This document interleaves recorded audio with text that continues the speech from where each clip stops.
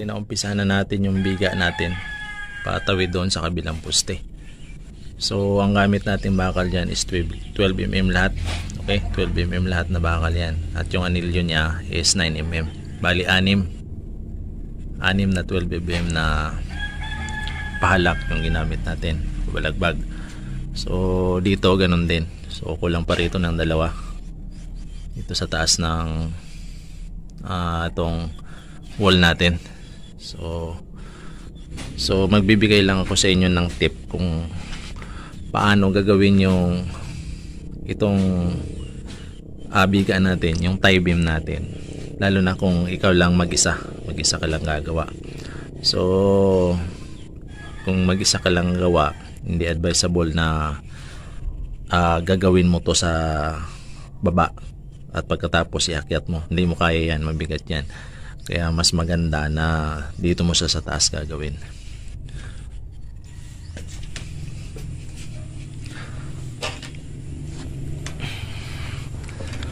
So ang una mong step na gagawin ay unahin mo to, itong dalawa sa taas. Dalawa lang muna, kasi kung apatin mo yan, hindi mo to maipapasok yung anilyo. Kaya dalawa lang para maipasok mo yung anilyo siya. Okay, dito mo siya idaan. So may awang to yan, ito medyo okay to, pero na babanat naman yan para mapasok mo sa dito. Yan. Tapos kumplituhin mo na mula doon sa isang poste hanggang patawid dito sa kabila. Kumplituhin mo na yan bago mo ilagay yung dalawa sa ilalim. Yan. Pag nalagay mo na yung dalawa dito sa ilalim, itali mo na siya lahat. Tali mo na mula doon hanggang sa kabila.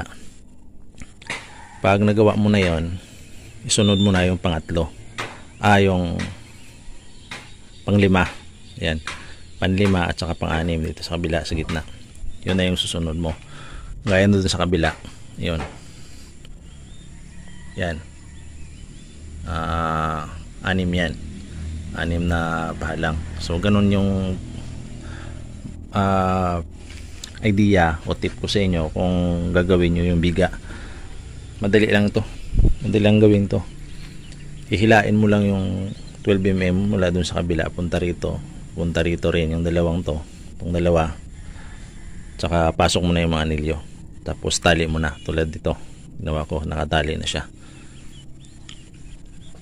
So madali lang yan. Ito na yung project natin, ito na yung update natin. So gaano ba ka haba ang nakahang na tie beam natin?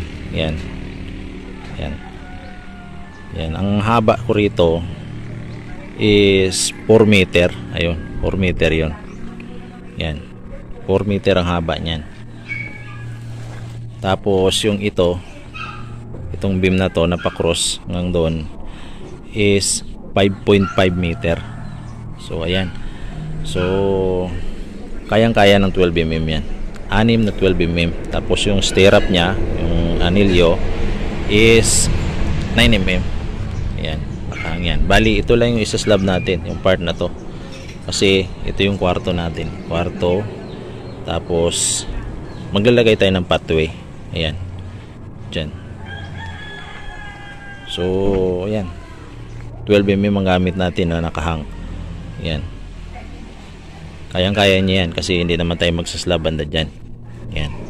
Kahit malayo yung agwat niyan, okay lang yan, 12mm. Pero kung isaslab natin to lahat, halimbawa isaslab natin to lahat, pwedeng 4 na 16mm gamitin natin, tapos dalawang 12.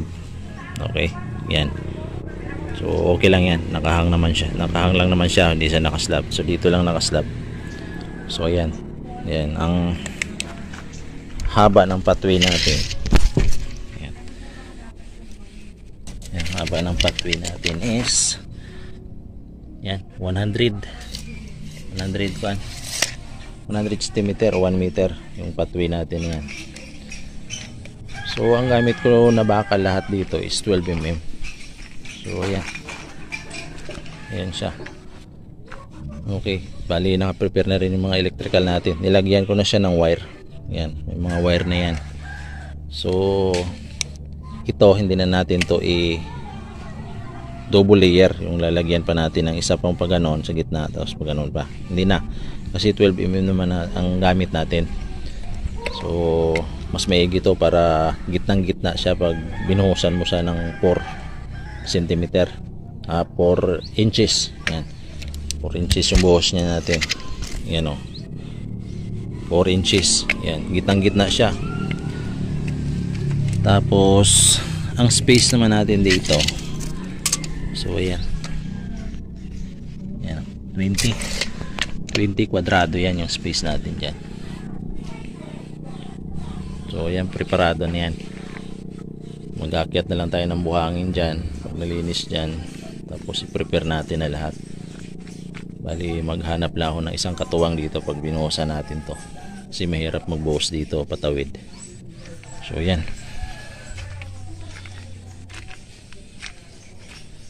yan, kailangan naka-ready na lahat yung mga electrical mo bago mo buhusan yan, para hindi ka magtitik-tik dyan. Hirap mo tik-tikin yung biga na yan. So ayan, okay, yan, 4 meter. Okay, tapos yung suggestion ko sa inyo para makatipid kayo, yan, bumili kayo ng kukulamber na 2x8 by 10, okay, o di kaya 2x10 by 10, o di kaya 2x12 by 10. May nabibili sa bilihan talaga ng kukulamber niyan. Pag bumili ka ng 2x2 niyan, hiwain pa nila yan pag bumili ka. May nabibilan ako niyan, siguro sa inyo mayroon din yan. So mas maigi kung bumili kayo ng ganyan na buo, huwag nyong pahati. At yan na yung gagamitin yung formas, lalo na kung paunti-unti ang pagtatayo nyo ng bahay tulad ko. Ay hindi basta masisira yan, matibay yan. Kaysa sa bumili ka ng plywood at saka kukulamber na 2x2, sa katagalan yan halos 1 taon mong gagamitin, nagkakabaklasan na yun yung katanggalan yung pako sa plywood mo at saka sa 2x2. So ito kahit pwersahin mo okay lang, kasi buo siya, solid siya. So magagamit mo siya kung ang project mo ay paunti-unti, tatakbo ng 2 taon, dahil ang ginagawa mo, ipon muna, tapos tatay uli, ipon uli, tatay uli. Mas maigi ganito, sulit ka rito. Yan. Tapos yung iba dyan, dahil hindi kinulang yung kapal ng kukulamber ko, ayan, may mga dinugtong ako tulad niyan. Ayan, pinatungan ko, tapos pinako ko lang. So tipid pa rin niya, kasi ang ginamit ko dyan yung mga mga luma na, mga pinagtatabi ko lang. Pero kung may mabilang kayong surplus na kahoy, yan, meron niyang nagbibinta, mas maigi yun yung bilhin nyo. Pili lang kayo yung mga sinirang bahay at bininta yung mga yan, mga kahoy, pwede nyo bilhin. Mas mura yun kaysa bumili kayo ng brand nyo, tsaka mas matagal yung gamitin. So okay, ayan, bali bubuhusan na natin to. So baybayan nyo ang paunti-unti yung pagtatayo ng bahay. Nakakuha kayo ng ilang idea kung sakaling kayo ay magtatayo na ng sarili nyong bahay. So huwag nyo kalimutang subscribe ang channel natin. Okay, i-like nyo na rin, like nyo yung video natin, para kung naka-like ka, updated ka kaagad kung may gagawin tayong mga panibagong video. Yan. So yan lang. Mas maigi kasi kung marami kang idea sa pagpapatayo ng sarili mong bahay. At least kung magpagawa ka na ng sarili mong bahay, may alam ka. Lalo na kung gagawin mo ay arawan, di ba? Hindi ka maluloko na ang bagal naman, ang bilis naman, di ba? Pero pag arawan talaga yan, standard lang yung kuan yan. Ang fair lang ang trabaho ng tao mo, kasi kuan, arawan siya yan. Pero pag arawan is okay, kasi pulido yung trabaho nila, hindi tulad sa pakyawan na nagmamadali. Sa papakyawan kasi kailangan bantay sarado ka dyan. Kasi yung ibang mga namamakyaw sa sobrang mamadali, hindi na ganong standard yung trabaho nila.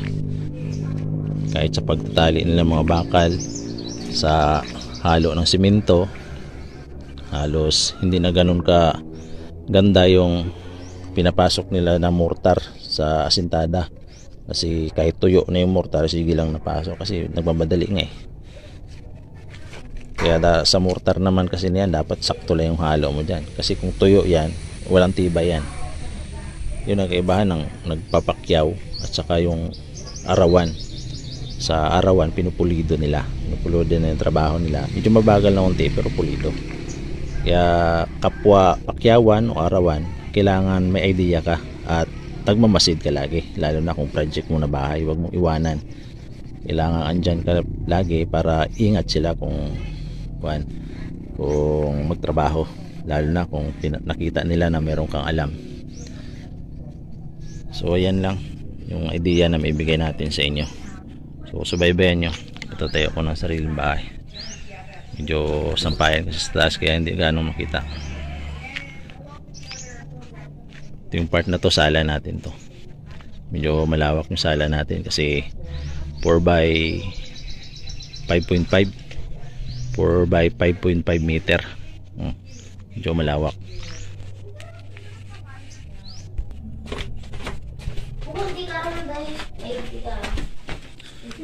So ganito yung itsura sa baba. Ayan, ganyan yung itsura niya sa baba. Ayan, kulang pa tayong tukod rito.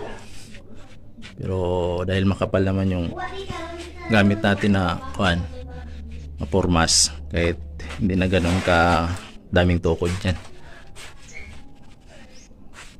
So ayan, kita nyo, nabuhusan ko na yung pathway banda rito. Yan, kasama ng mga biga.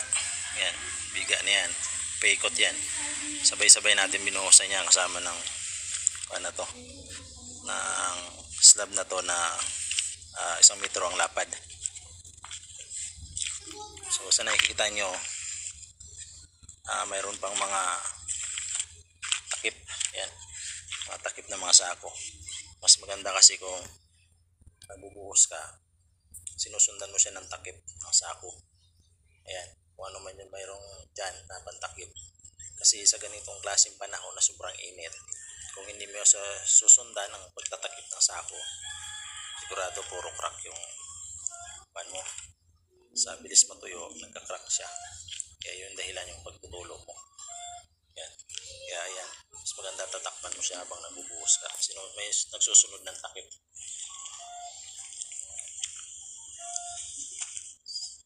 So sinasabi ko na ng haba ng biga natin, yan is 4 meter.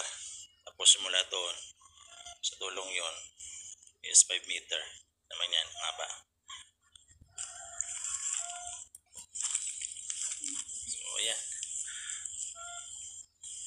bali ang lapad ng taas nito is 22 cm. Tapos yung lapad sa ilalim, lapad ng kuha natin na buhos mula dun sa pinakailalim niya is nasa 27 cm. Yan. So itong pagbuhos ko, bali 3 araw ko na itong nabuhusan. At sa nakikita nyo, hindi ko pa tinatanggal yung mga formas. So ang susunod nating gagawin nito, mag-asintada na tayo. Parang ganito, para mabubungan na natin banda rito. Yan, i-layout na natin yung bubong. So ayan, asintadahan natin dyan. Bali pag ganun siya, pataas. Yung mga tukod niya, mga 2 linggo nyo bago kunin. Pwede na kayo mag-asintada. Tanggalin lang yung gilid. Ayan, yung mga forma sa gilid. Pwede na makapag-asintada.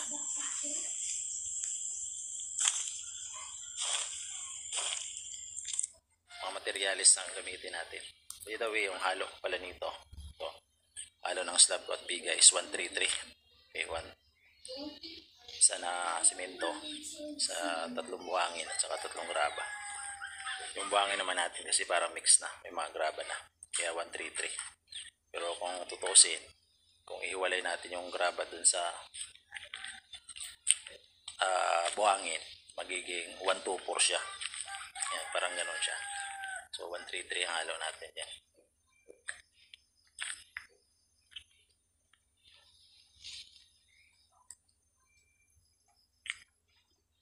So yung naubos natin ito na siminto, yung kapal natin na yun na 22 cm, tapos yung lapad niya na 27 cm, yun, yung biga na yun, halos lahat yun is 22 cm by 27 cm. Tapos ang haba nito is 4 meter at saka 5 meter din doon, 4 meter yan. Tapos ito yung lapad nito is 1 meter, tapos may biga pa tayo rito. Nakaubos ako dito ng 11 na simento. Yan, 11 piraso na simento naubos ko dyan. So yan. Okay, yan gawin natin. Dugtungan na natin itong mga poste natin. So para hindi tayo mahirapan maglagay ng horizontal paikot, kasi magkakalang yan sa poste. Yan, dito yan, hindi pa natin nadugtungan. So dito kasi yung horizontal natin gigitna. So gigitna siya sa poste. Yan, gigitna siya dyan. So kung hindi natin malagyan na ng anilyo, mahirapan tayo maglagay pag kumalang na. So lagyan muna natin siya ng mga anilyo papunta dyan. So naumpisahan ko na yung isa rito. So ayan, naumpisahan ko na siya.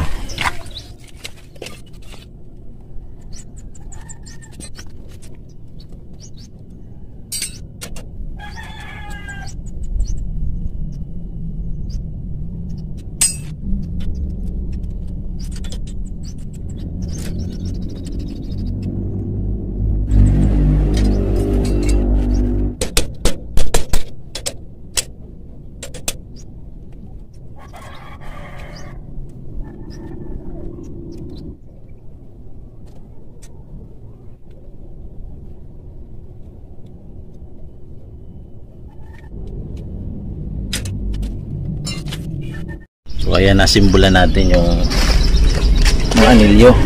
Ayan, ilalim. Ito lang muna. 1, 2, 3, 4, 5, 6 lang muna. Hanggang dito siya sa horizontal natin ng hollow block. Ayan, tsaka natin dugtungan ito. Importante na umpisa na. Ayan.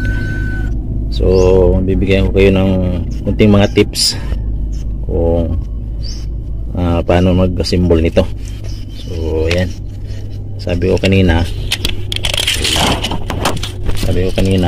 yung dinugtungan natin is 30. Ayan, 30 dinugtungan ng yan pag magdugtong tayo ng overlap ng mga dowel. Yan, 30. Hindi na tayo bababa yan o mas maigi nakalagpas pa, mga 30 to 40. Pero hindi na tayo magbaba dyan, kasi kung babaan mo pa halos wala na tibay yung pagdugtong mo.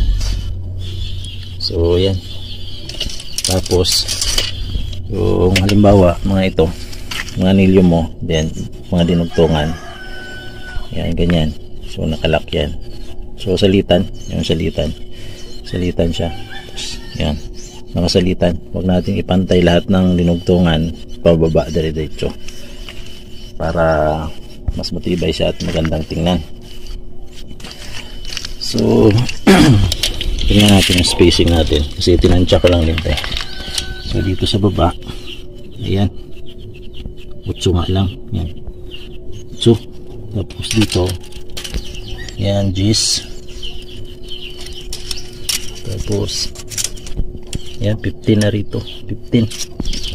So yan, mga konting tips lang yan, pero mapapakinabangan nyo kung sakaling magpagawa na kayo, mag DIY na kayo ng kahit maliit lang ninyo na bahay, magamit nyo yan. So pwede na natin tudugtungan mamaya dito. Yan,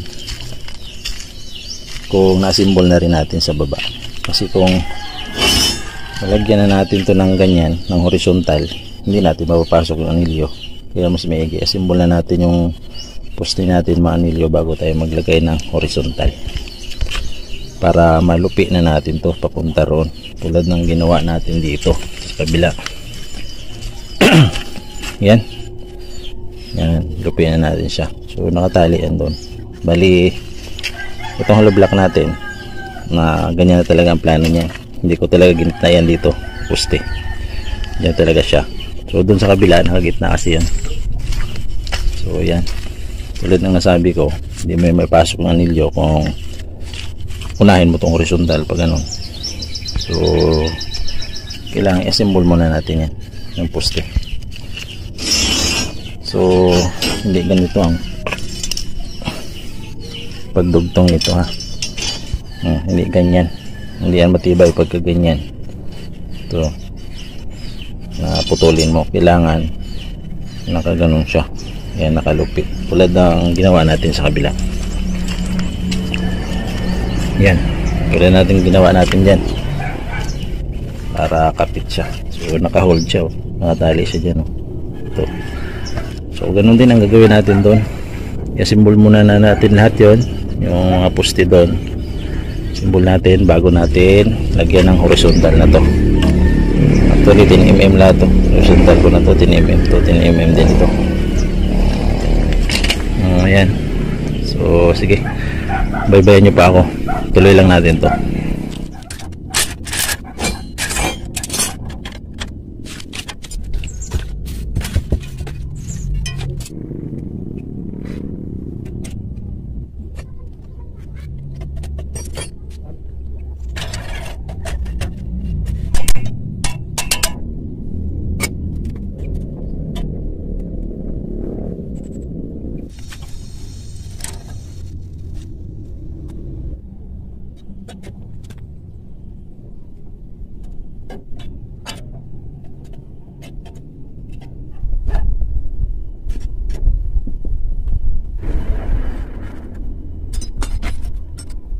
Dua ka na, isip dito.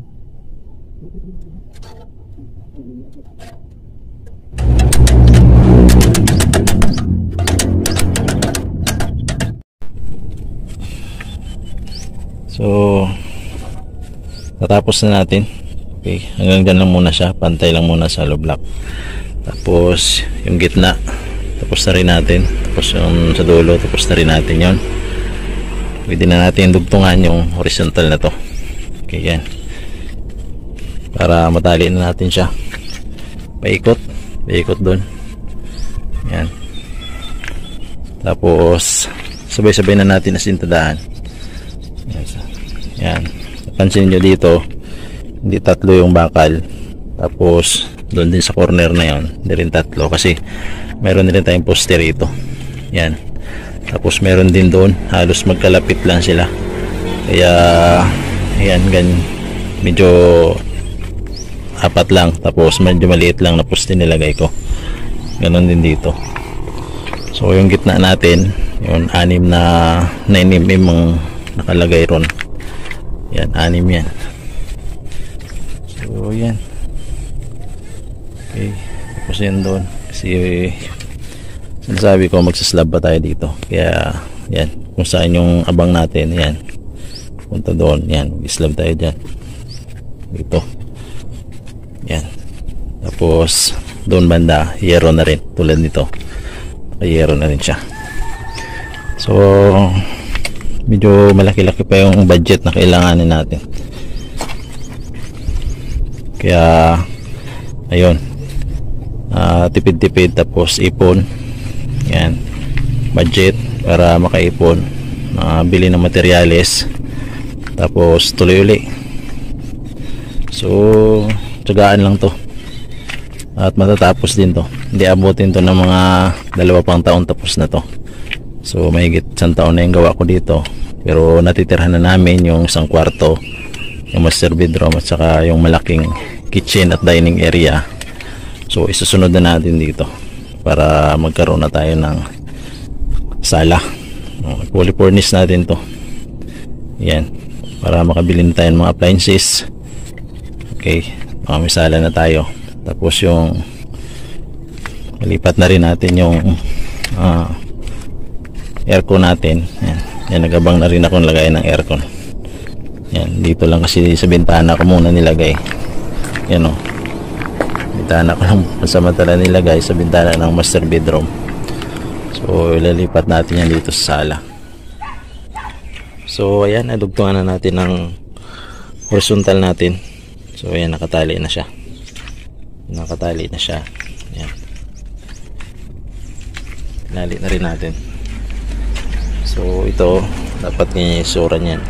Ganito dapat yung pagkagawa nito. Ibibin mo lang siya, tapos nasa gitna siya ng poste mo. Yan, naglagay ka dito ng isa pang anilyo, itatali mo siya rito. Diyan, tulad nung doon sa kapila. Yan, tulad ng ginawa natin dyan. Yan, ayan, tali siya. So may natira pa doong dalawa. Sintadahan muna natin yan bago ituloy natin, bago dugtungan natin yung horizontal natin. So dito inumpisa na rin natin. So tutuloy na natin to. Yan, umpisa na natin siya dito.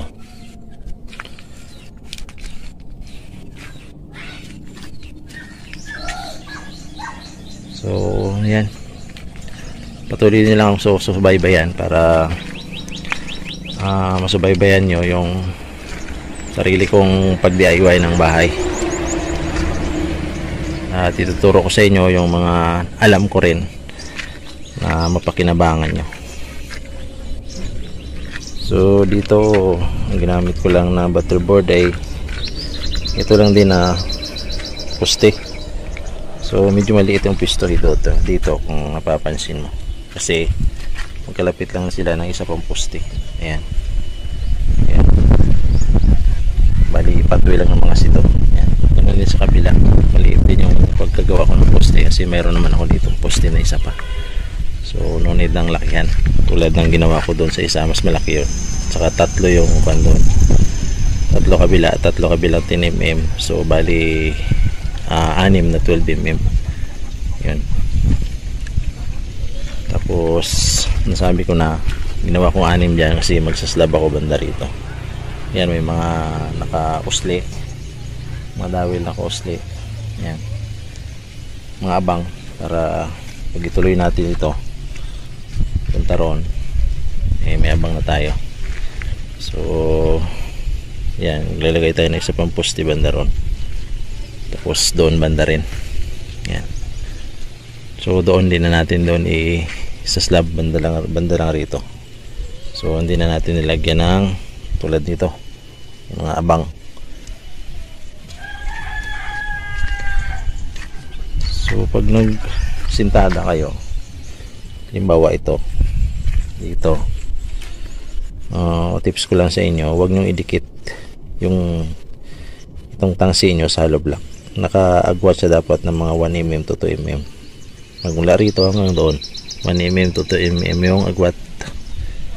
Yan, kasi pag dinikit mo to, diba ito nakadikit, dinikit mo yan ng ganyan, dikit mo, hindi mo alam na tumutumba na pala yung hollow block mo, tumutumba na dapat punta rito.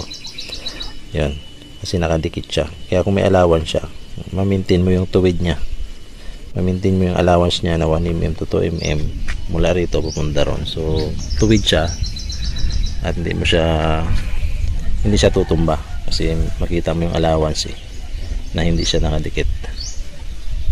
So ito, na umpisa na rin natin dito ng layout. So ayan, bali nakahulog na ito, nakahulog na yan dito sa nauna, nakahulog na rin yan. Yan, bali ang taas nito mula rito sa yan Diyan sa hollow block tsaka rito is 22 cm. Standard yan, standard na taas ng pagkasintada, 22 cm. So yung hollow block kasi natin to is kwanto. Yung hollow block natin na to is 20 cm. So yung mortar natin is 2 cm. Mortar natin na to is 2 cm yan. So ayan, may ilang kayong idea na nakuha. Subaybayan nyo pa. Baybayan nyo pa yung pagtatayo ko ng bahay. Tatapusin natin to. Paunti-unti ito pero matatapos to. Sigurado yan. So ipon muna. Ipon, tayo. Yan. Pag nakaipon tayo medyo malaki-laki, bili agad natin ng materyales. Gagawin na natin. So subaybayan nyo, at pag nabubungan ko na banda rito, lipat na tayo sa baba. Pifinishing na natin yan dyan. Tiles, pifinishingan, yan. Kisamihan, yan. Kisamihan din natin. Okay. So, huwag nyong kalimutang i-like yung video natin.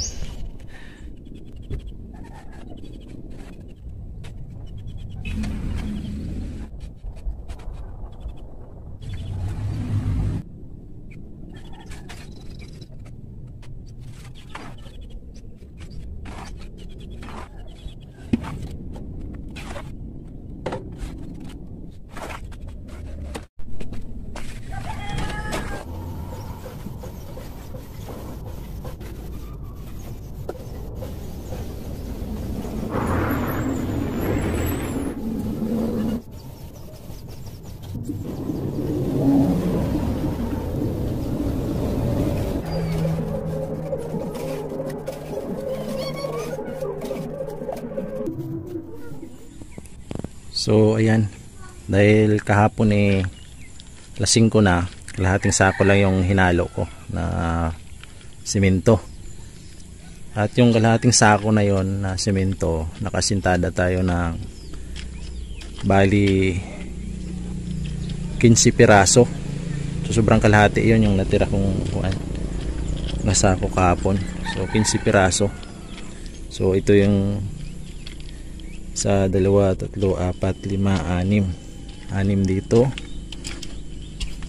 Tapos may naiwan dito tayo na 8, 10, 10, 11, 12, 13, 14, 15. So ayan, 15 piraso yung nasintada natin ng kalahating sako. So sobrang kalahati yon. Natira ko yun nung nakaraan. Hapon na kasi nag-start ako kahapon, mga 5 na, kaya yung kalahati sako lang hinalo ko. So bali yung nasintada na natin lahat dito is 114 pieces. Yan, 114 pieces yung nasintada natin dito. So magmula rito hanggang doon. Tapos ito tsaka yun is 114 pieces na. So sa nakaraang vlog ko, 4 na piraso yun na simento. Yung 99 pieces na hollow block na nasintada ko is 4 na pirasong sako.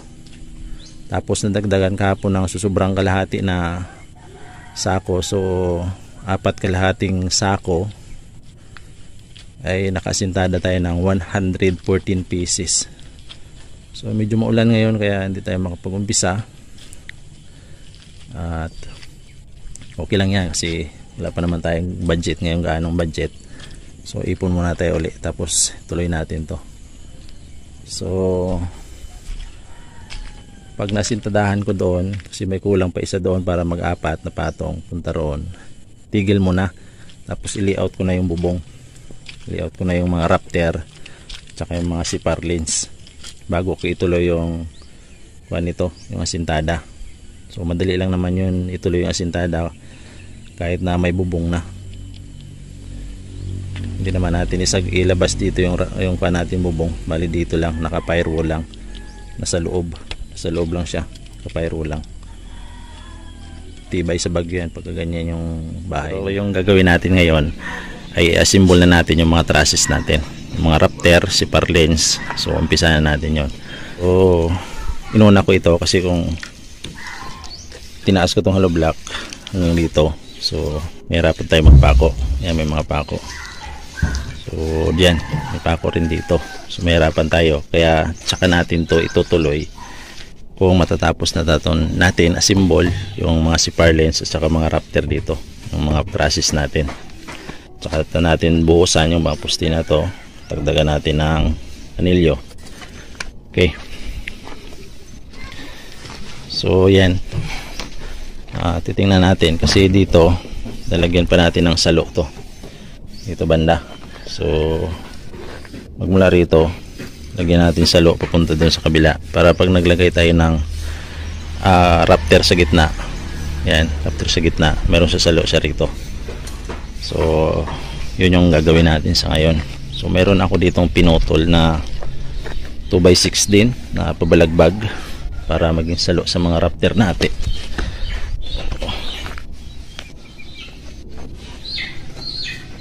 So ayan, ito yun sinasabi ko. So ito yung maging salo natin. So ayan, bali naukaan ko na siya. Ayan, yan, naukaan ko na siya magkabilaan kasi nakaklibi itong Raptor natin. So dapat mayroon din siyang uka para lumapat dito sa Raptor natin.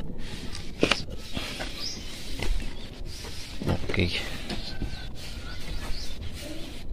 so dito sa kabila meron na rin yan, uka na rin natin yan. So dito natin ilalagay banda dito sa may biga na to. Yan, dito natin ilalagay para pwede natin tukuran siya mula dun sa dulo, sa gitna, saka rito. Itutuko natin dito sa salo ng Raptor natin. So parang ganun. Yan, may tukod siya. So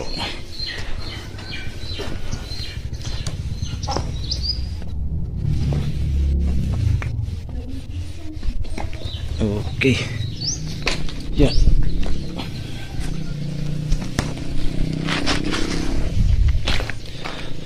So yan guys, yun muna yung gagawin natin ngayon kasi nagtatagulan na, kailangan mabubungan na natin to.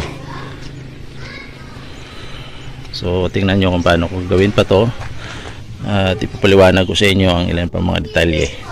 Maganda to kasi step by step ito. Kahit wala kang skill, basta nasusundan mo yung mga tutorial ko, pwede nyong gayahin. Okay, kahit ganito lang sa pag-assemble na bubong. So itong kuha natin, itong bubong dito, gawin natin itong firewall. Naka firewall to. Ito yung pinakamatibay na bubong pag naka firewall. So ito, nakaangat yung hollow block rito. So dito iangat mo natin yung hollow block papunta ron. Yan, ganyan. So para firewall siya, kahit anong lakas ng bagyo hindi niya titibag yung bubong natin kasi may nakaharang na hollow block. Ganoon din dito sa kabila. So iangat din natin to hanggang dito para pumantay dito sa kabila. Okay, yan. Pag nahuloblock na natin, bukasan na natin lahat ng mga poste, sabay-sabay na yan hanggang doon sa kabila, sabay-sabay na natin. So mas maigi assemble muna natin to para hindi tayo mahirapan. Sana sabi ko na mahirap kasi gawin ito kung nakaangat na yung wall natin, yung mga hollow blocks. Kaya mas maigi gawin muna natin to.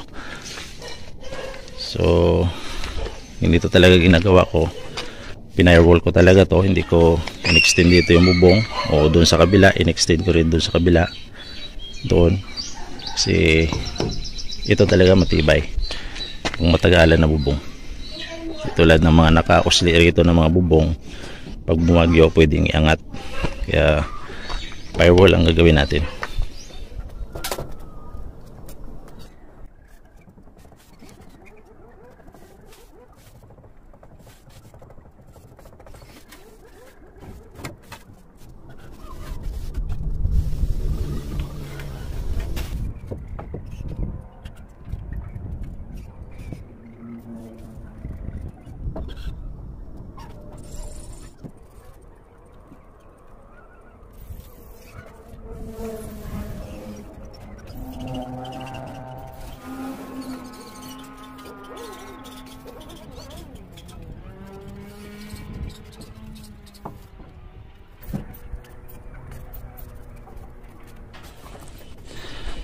So pakita ko muna sa inyo.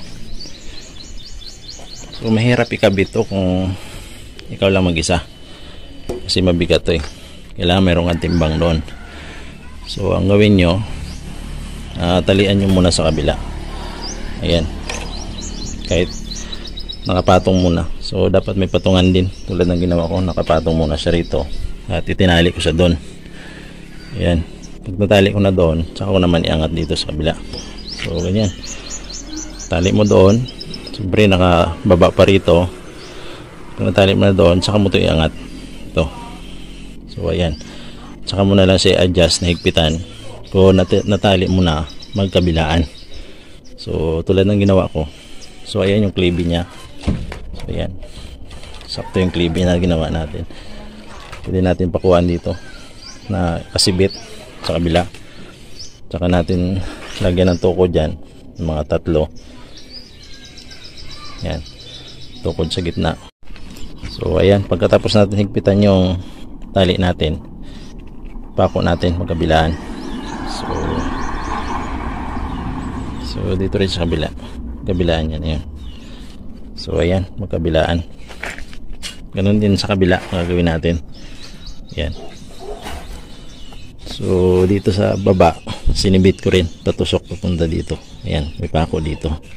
So 3 sa dalawa, 3. Ganun din ang gagawin natin doon sa kabila. So napako na rin yun. Huwag na natin puntahan kasi may hirap pumunta ron. Ang susunod na step natin na gagawin, itong rafter, pantay na natin doon. Pantay natin dito sa biga na to, sa wall. Sukatin na natin, tapos ililibel na natin.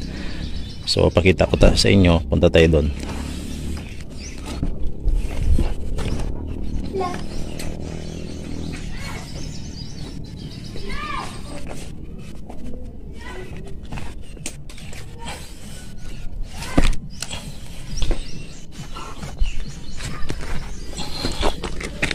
So ito yung dulo nun. Punta tayo sa baba, pakikita natin sa inyo kung paano ko yun gagawin.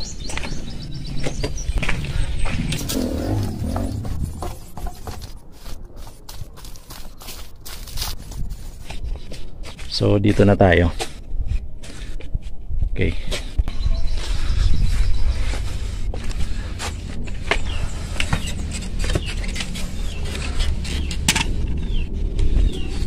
So ang gagawin natin,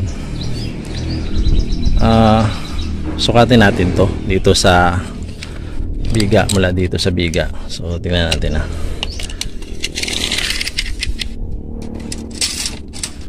Okay, so yan, isunggo lang natin siya dyan, bangga lang natin siya, tapos papunta rito. So yan 92, guhitan natin. May guhit na rin to. Yan, may guhit na. So pag naguhitan natin yan, naguhitan na natin siya, ililibil natin. So ganyan. So yan, ilibil natin siya. Yan, yan. Okay, ganon din yung gagawin natin dun sa kabila. Yung sukat din noon is 92 rin. So ganon yung gagawin natin. Pagkatapos yan is pakuan natin siya. Okay, yan, may pako na. Pako na siya. Lagyan mo siyang allowance na mga 1/4 to 1/8. Yan, may allowance. Ganon din dun sa kabila. Pagkatapos nyan, dahil libil na naman yung biga natin na to, kalibil na naman to at nakapatong lang siya doon. Ganon din dito, nakapatong lang din. So yan. So automatic dapat libil na rito, pero tingnan pa rin natin. Subukan pa rin natin i-level.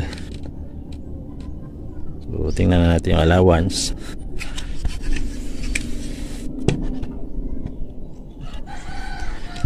Tingnan natin yung allowance niyan. Yan. Okay, tapos tingnan natin yung tubig. So ayan yung tubig, nasa gitna naman siya. Medyo malabo. Yan, so halos level naman siya. So okay na yan. Pwede na natin ilagay yung rafter sa gitna. Pwede natin ilatag dito. So may guide naman tayo. Kunin lang natin yung gitna ng dito, saka doon sa gitna. Kunin din natin yung gitna doon. Tapos ilagay natin yung rafter sa gitna. So baba muna tayo, lalagay natin yun. So ito na guys yung Raptor natin na lagayan natin. Okay, lalapat lang natin to. So ipakita ko muna sa inyo kung paano ko to ginawa. So ang gagawin nyo muna bago nyo ilagay itong Raptor, lagyan mo na yung tali. Ayan, ito yung mga guide nyo papunta dun sa kabila, sa kabilang Raptor. Ganun din sa taas. Ayun, may tali rin doon, no? Tangsi. Yan. Tapos doon din may tangsi din tayo doon mula doon sa kabilang Raptor hanggang doon sa kabila. Okay, para yan yung magiging guide natin para maging pantay sila nitong magkabila ang Raptor doon. Papantay din sa yung gitna para pantay yung bubong natin. Paglatag natin ng CPR lens, so pantay yung CPR lens natin, hindi mababa sa kabila, hindi kaya mataas sa gitna. So lagyan natin ng guide ng ganyan. So ito, naukaan ko na siya. Yan, ganun din sa kabila para lang siya pumantay rito. So yan, ganun din sa kabila. Ayun, may uka na rin yun. So tingnan natin.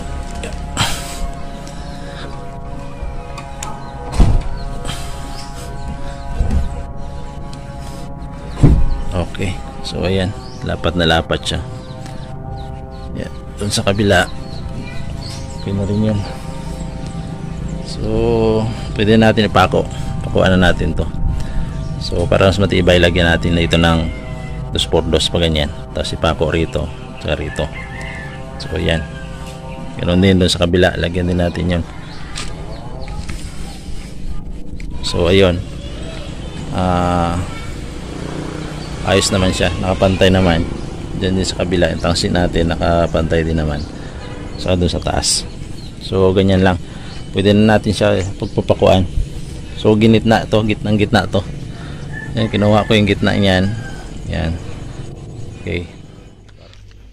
Ang purpose ng mga pako na to sa Raptor natin, actually wala pang nakakaalam nito. Ako pa lang yung unang nakaimbento ng ganitong klaseng Raptor na napakatibay pag nakadikit sa firewall. So fix na fix, hindi siya gagalaw pag nabuhusan na natin to. So yan, sa dami ng pako na yan. So ang gagawin natin dito, dahil naka firewall tayo, ayan, naka firewall tayo, so nakikita nyo may agwat siya ng mga 2 inch. Ayan, mga 2 inch. So ang purpose nito ng mga pako niyan, para kumapit dyan yung simento. Yan, para kumapit dyan yung simento pag binuhusan natin dito. So lalagyan mo yan sa ilalim ng harang, plywood man o 2x2, iharang mo dyan. Pagkatapos bubuhusan mo siya rito. Yan, bubuhusan mo siya dito.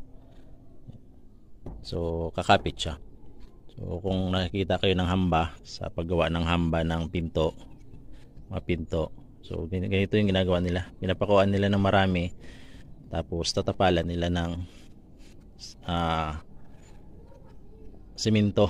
Yan, bubuhusan nila, hindi kaya tatapunan ng mortar, pinisingan. So pagkatapos natin buhusan to, so pipinisingan na natin dito itong pader na to at saka sa ilalim. Nabuhusan natin to, pinisingan natin to.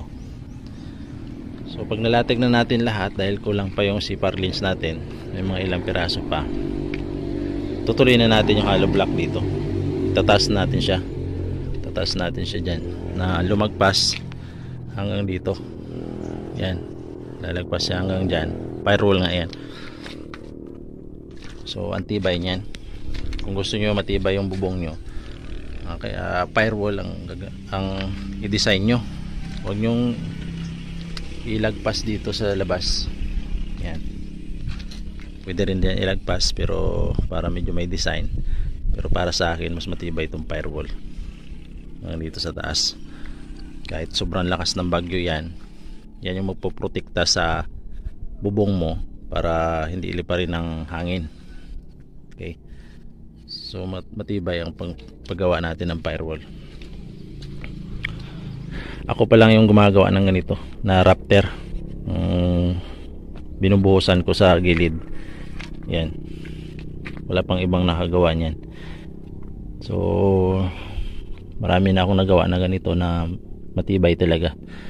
Yan, so share ko lang sa inyo para sakaling magpagawa kayo ng bahay at gusto nyo naka firewall, tibay nyan, hindi kanya magsisisi. Yan, so ito, yan, halos nakumpleto na natin lagay yung mga ganito nya, yung mga brace nya, kasi tutornilyo natin yan dyan. Butasan natin dito yung bubutasan natin yan dito, tapos itik screw natin dyan, bali dalawa, ilalim taas dyan, para hindi siya gumalaw. Siya magumalaw ko rito. May budget ako, bibili ako ng materyales, so paunti-unti. So mas maganda yung ganito kasi hindi mo malayan, malaki na pala nagawa mo sa loob ng isang taon. Ang laki na nang nagawa mo. Kung mag-iipon ka sa loob ng isang taon, hindi maiwasan na magagamit mo, diba? Makukuha mo, mawi-withdraw mo, lalo na kung matindi ang pangailangan mo. So dito, pag nakaipon, bili agad ng materyales para hindi mapunta sa ibang bagay yung naipon. So maganda siya kasi talagang ma-manage mo ng maayos at mapag-iisipan mo ang diskarte kung paunti-unti ang pagtatayo mo ng bahay. So ganyan yung ginagawa ko. Hindi ko na malayan, ang laki na ng nagagawa ko. Mayroon akong malaking kitchen at saka dining. Mayroon na rin akong malaking master bedroom. May dalawang CR na ako sa master bedroom at saka sa kitchen area. So ang area na ginagawa ko ngayon ay itong sala. Okay, ang sukat nito is 6 meter by 4 meter. Okay, yan.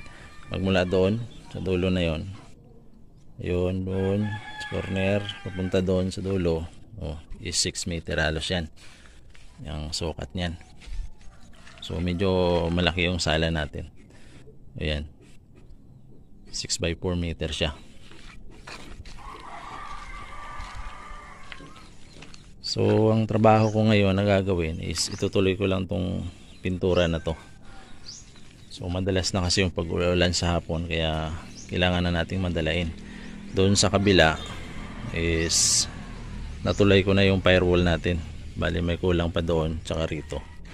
Yan, pag natapos natin pintura to, pwede na natin itutuloy yung mga sintada papunta rito at bukusan na rin natin itong mga poste. Ayan, di pa nasintadahan. Bago natin bukusan yung mga poste na yon, tuloy muna natin to hanggang sa lumagpas siya dito. Ganito yung ginawa ko kasi mas matibay ito sa mga kalamidad tulad ng bagyo. Okay, protektado yung bubong mo pag naka firewall, so mas matibay siya. So ang ginagamit ko lang na pintura dito is kuan lang, redoxide. So ito siya. Ayan, redoxide. Haluan mo lang siya ng konting thinner para hindi siya ganoon kalagkit. So ayan, redoxide metal primer, pin thinner, ordinary lang na pin thinner. So ayan, ang gagawin natin ngayon, pipinturahan yan, tapos itutuloy natin to. So ayan, itong kuan na to, itong CFR lens, bali 6 na piraso ang nabili ko rito. So 800 plus yung bili ko rito, 820 yata yun. So 6 na piraso, dinulugtong ko lang. Ayan, may winildingan ako rito. Yan, winildingan ko lang yan siya. Yan, tapos so ganyan. Okay, naka-screw yan siya dito. Ayan, may ayan, naka-screw yan. Ayan. So So pakuan mo lang ng 4, dalawa doon na 4. So hindi na yan kuan. Hindi na yan gagalaw. So mas maigi dalawahin mo pa yung screw, thick screw mo diyan. Ito, mas maigi dalawahin mo pa rito yung thick screw. Taas sa baba para hindi talaga siya gagalaw. Yan. Kaya tibay talaga. Kahit tumakbo ka dyan. Okay, yung Raptor natin ginamit is 2x6, tapos 3 piraso lang. So may dinugtungan din ako doon kasi sobrang haba ang kuha natin pang bubong. So nagdugtong tayo dyan. Okay, yun, may dugtong din doon. So kahit may dinugtungan niya, matibay naman niya kung yung pandugtong mo ay mahaba tulad doon sa kabila. Yun, mahaba. Saka 2x4, 2x5 rin yung ginamit ko doon, pandugtong. So matibay na to kung mabubuhusan mo natin yung gilid na to. So matibay na yan pag buhusan natin dito to. Yan. As you can see, kita mo maraming mga pako. So dyan yung mag-hold sa kanya pag nabuhusan natin yan. So ito rin pinakuhaan ko rin to. Siyempre pag binuhusan mo to, kasi may hollow block pa rito yan. Buhusan mo rito to, hindi na rin siya gagalaw, nakadikit na rin siya.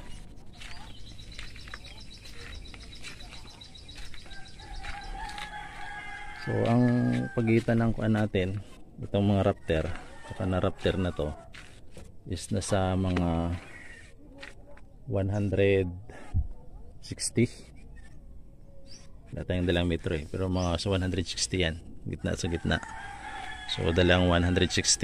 So halos 3 meter ang lapad nito ng bubong natin. Halos 3 meter siya. So sobrang 3 meter. Mga 320 meter. Okay. 320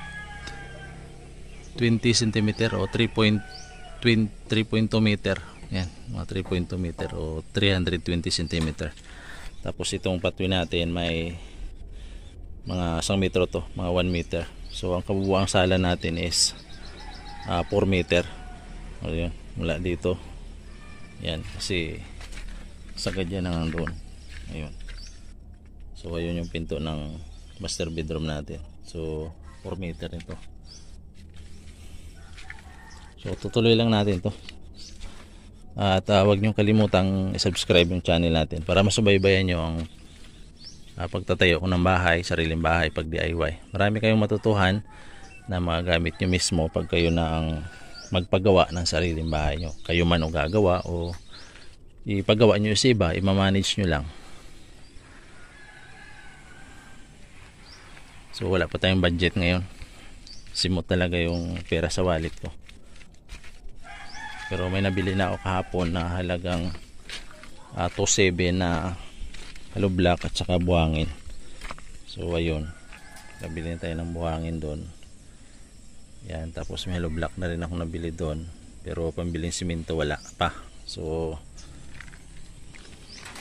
pag naka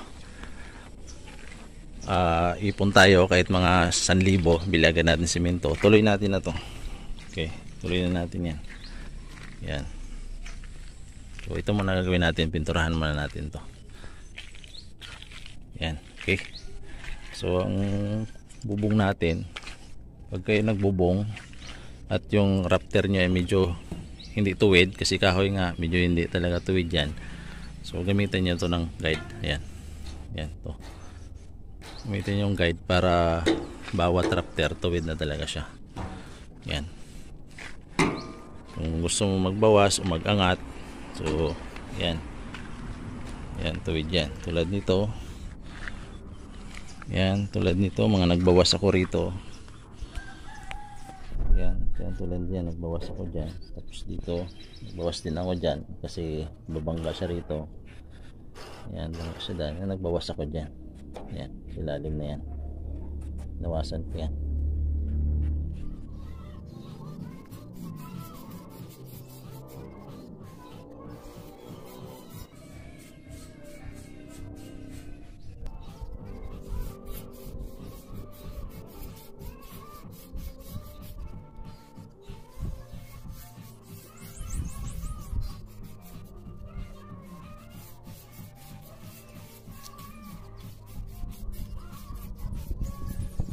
Okay, napinturahan na natin lahat yung CPAR lens. So tinakpan ko muna siya ng mga piyero nito, yung Raptor natin, yung Raptor dito at dyan sa gitna, yan, tsaka doon. Tapos meron din dyan na kahoy at sa dulo. Kaya tinakpan ko kasi wala pa tayong budget para pambili ng yero. So yan, tinakpan ko muna to nung yan, mga yero na pinaglumaan, na bulok na rin, para hindi masira yung Raptor natin. So actually nakapag-asintada na ako rito, nalagdagan ko na ng yan, dalawang patong. Yan, dati kasi yan lang yan, 3. Yan, patungan ko na ng 2 pa. Ayan, napatungan na natin yan hanggang doon. So pangatlo na kasi tayong patong, yan, 1, 2, 3, magmula doon sa horizontal. Kaya mag horizontal na tayo ulit dito, pangatlo. Bawat pangatlong patong ng hollow block mag horizontal tayo, tulad na yan. Yan, kaya lalagyan natin ito ng horizontal. So yan, horizontal. Okay, tapos lagyan natin papunta ron. Tinimin pa rin yung gamitin natin. So dito maglalagay ako ng bari ventilation para yung lalabasan ng init. So dapat nakaslide yung ventilation natin para hindi pumasok yung ulan. So bago natin lagyan ng horizontal tulad ng dati, tutuloy muna natin to. Tuloy muna natin yung poste natin, lagyan natin ng mga anilyo. Kasi hindi natin mapapasok yung mga anilyo natin na to kung may horizontal na tayo nakabalagbag dyan. So lagyan muna natin. So wala pa tayong yero pero may hollow block pa tayo dito at saka buhangin. So yan muna yung gagawin natin. Yung ano man kasi natin, yung semento mura lang, nasa 225 lang, 225. So banda rito, so maglalagay ako ng 2 patong na hollow block dyan. Ayan, may isa na nga dyan, tutuloy natin yan, 2 patong. Sakto lang din doon sa vertical natin, kasi dito maglalagay ko ng kwarto sa taas dyan, kwarto lalagyan ko dyan sa taas. So hindi naman makita kasi yung kisame natin mas mababa rito lang. Tapos yung sahig na kwarto natin doon, bali kahoy lang ang gagawin ko na sahig. Tapos maglagay lang tayo ng manhole o pasukan. So pwede nating tambakan dyan sa taas. Kung may bisita ka, pwedeng matulugan pa kahit 2 tao. So 2 hollow block ilalagay ko dyan. Dyan. Okay. Tapos ito lalagyan pa natin isang hollow block. Pagkatapos natin hollow blockan dyan, pormasan na natin yung mga poste. O yan, poste. May poste rin tayo doon. Tsaka dyan. Tsaka rito. Yan. Pormasan na natin yan para mabuhusan na natin yan. So subaybayan nyo ang unti-unti kong pagtatayo ng bahay. At sasabihin ko sa inyo ang bawat detalye, ang mga diskarte na sa akin lang na ituturo ko sa inyo. So ang area na to sala to eh. At nasabi ko na sa unang mga vlog ko kung ilan sukat nito. Bali 4 meter yung luwang, yan, mula dyan sa pader at saka dito. Tapos yung haba nito is 6 meter. Okay, ang dito pupunta doon 6 meter. So yan, yan lang muna.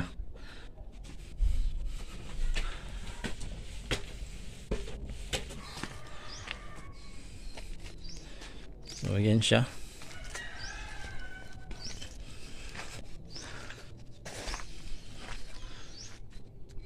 Okay, so subaybayan nyo pa ako. At marami kayong makakukuha mga idea. Gagamit nyo pag nagtayo kayo ng sarili nyong bahay. Okay?